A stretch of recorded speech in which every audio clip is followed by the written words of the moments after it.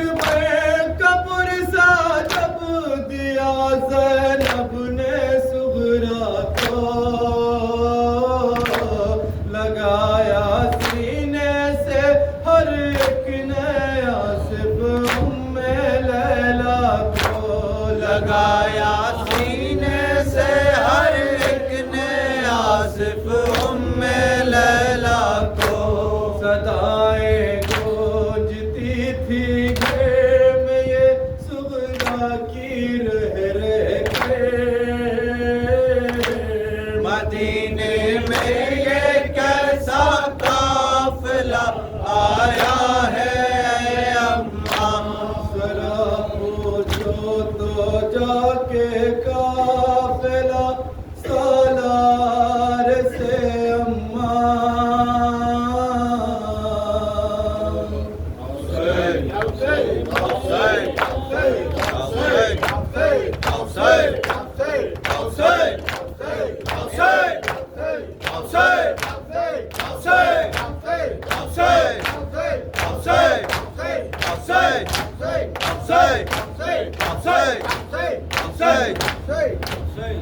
صلی اللہ علیہ یا رسول اللہ، السلام علیکم یا نبی اللہ، السلام علیکم یا امیر المؤمنین، السلام علیکم یا ابا عبداللہ، السلام علیکم ورحمۃ اللہ وبرکاتہ، السلام علیکم یا غریب الغرباء، السلام علیکم یا معین الضعفاء والفقراء، السلام علیکم یا شمس الشموس، السلام علیکم یا انس النفوس، السلام علیکم یا سلطان العرب والعجم یا ابا الحسن علی ابن موسیٰ الرضا، السلام علیکم ورحمۃ اللہ وبرکاتہ، السلام علیکم یا مولانا یا صاحب العصر والزمان الامان والامان، السلام علیکم یا خلیفۃ الرحمن، السلام علیکم یا مظہر الایمان، یا امام الانس والجان اجل اللہ تعالی فرجک وسال اللہ تعالی مخرجک وظہورک، السلام علیکم ورحمۃ اللہ وبرکاتہ۔